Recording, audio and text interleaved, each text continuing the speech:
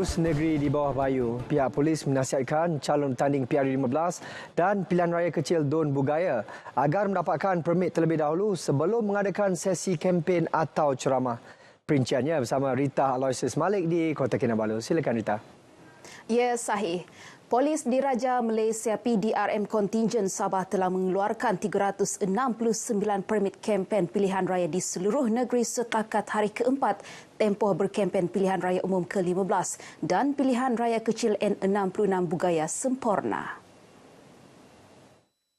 Pesuruhjaya Polis Sabah Datuk Idris Abdullah melalui kenyataan media di Ibu Negeri berkata, semua kempen yang berlangsung dipantau sekaligus memastikan tidak ada sebarang perkara yang tidak diingini daripada berlaku.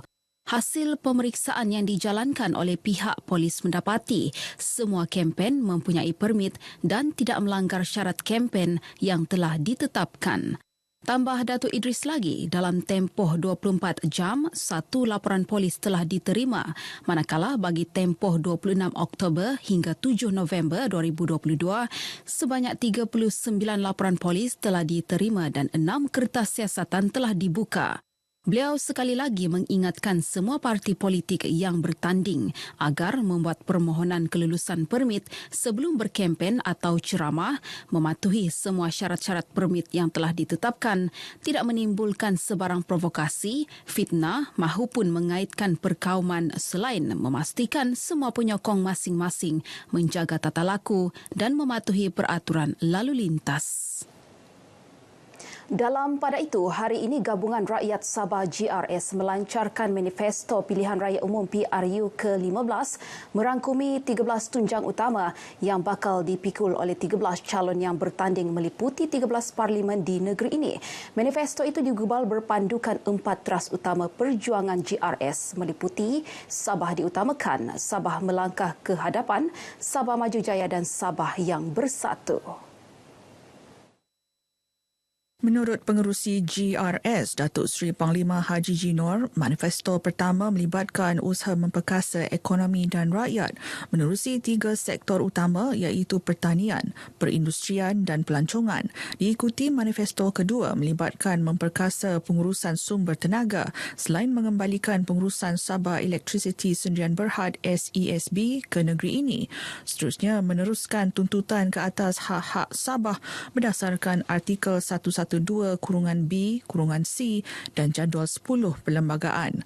Manifesto itu turut menggariskan usaha memastikan Kerajaan Persekutuan melaksanakan tanggungjawab meningkatkan tahap keselamatan di Sabah, khususnya di kawasan S-Zone, memperkasa pembangunan wanita dan keluarga, menggalakkan penglibatan belia dalam arus pembangunan negara, memperkasa urus tadbir perkhidmatan awam Sabah serta meningkatkan penglibatan dalam industri minyak dan gas. Datuk Haji Ji yang juga Ketua Menteri Sabah turut memberi jaminan GRS komited mengutamakan pelaksanaan prasarana kemudahan asas, menyediakan kemudahan rumah rakyat dengan mempercepat pelaksanaan program perumahan mesra SMJ, memperbaiki pengurusan tanah, memastikan kestabilan politik, perpaduan kaum, keadilan dan kesejahteraan rakyat selain meneruskan usaha agar kawasan parlimen di Sabah dapat ditambah. Datuk Haji Ji menyatakan demikian ketika berucap melancarkan manifesto PRU 15 GRS di Pusat Konvensyen Antarabangsa Sabah SICC, Kota Kinabalu. Antara kawasan parlimen yang ditandingi calon GRS adalah di Tuaran, Keningau, Kota Marudu, Semporna, Batu Sapi, Papar, Tawau, Ranau, Pinampang, Kota Kinabalu, Kudat, Sepitang dan Sandakan.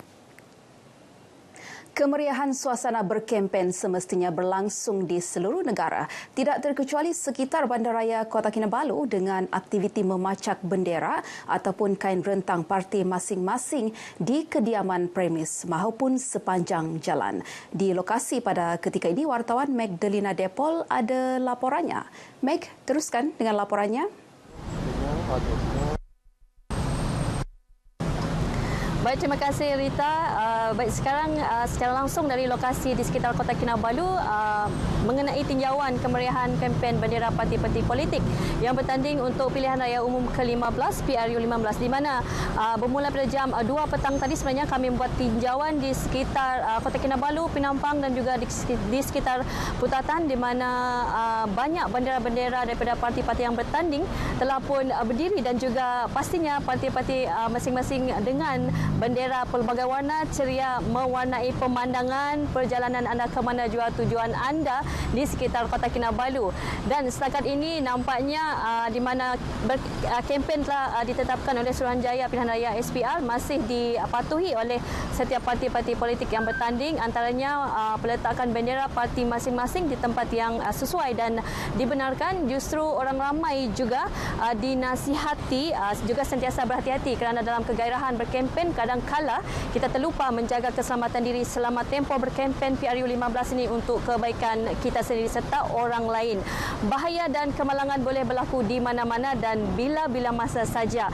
Memetik kenyataan media daripada pengurus besar kanan pengurusan aset Sabah Electricity Sdn Bhd SESB, iaitu Insinyur Idris Mohamad Noor, di mana beliau turut menghendaki setiap parti-parti politik yang bertanding tidak memasang bahan kempen seperti bendera atau spanduk parti di tiang peti pembekal, awang dan pepasangan elektrik. Sebab perbuatan itu sebenarnya boleh mengundang bahaya kerana berisiko terkena renjatan elektrik serta boleh menyebabkan gangguan elektrik sekiranya tidak dipatuhi. Selain daripada itu juga kita ingat bahawa perbuatan berbahaya itu sebenarnya menyalahi peruntukan Seksyen 37 Akta Bekalan Elektrik 1990 kurungan Akta 447, iaitu merosakkan pepasangan elektrik. Jadi orang ramai juga boleh membantu melaporkan kepada pihak SESB sekiranya melihat sebarang keadaan yang boleh mengancam keselamatan dan menjejaskan bekalan elektrik kesan daripada bahan kempen yang diletak dan dipasang di pepasangan elektrik. Baik, saya kira itu saja laporan untuk kita bawakan pada kali ini, dan juga kita mengharapkan semua calon dan mematuhi peraturan. Jadi berhati-hati. Dalina Depol yang sahih di RTM PRU 11 kembali kepada di studio. Baik, terima kasih Meg. Sementara itu bagi negeri Sabah, calon-calon pilihan raya umum ke-15 PRU15 yang bertanding mewakili parti masing-masing turut memanfaatkan aplikasi media sosial dengan memastikan setiap aktiviti maupun pemberitahuan berhubung perkembangan terkini yang telah dan akan dilaksanakan. Tinjauan kru berita RTM mendapati sama ada daripada parti kerajaan atau pembangkang, rata-rata jentera parti daripada kesemua sayap parti berkenaan, amnya dan khususnya calon itu sendiri menggunakan aplikasi-aplikasi yang sememangnya mendapat tempat dalam kalangan belia. Antara aplikasi yang mendapat sambutan pada PRU15 kali ini adalah aplikasi Facebook, TikTok, Instagram dan Twitter.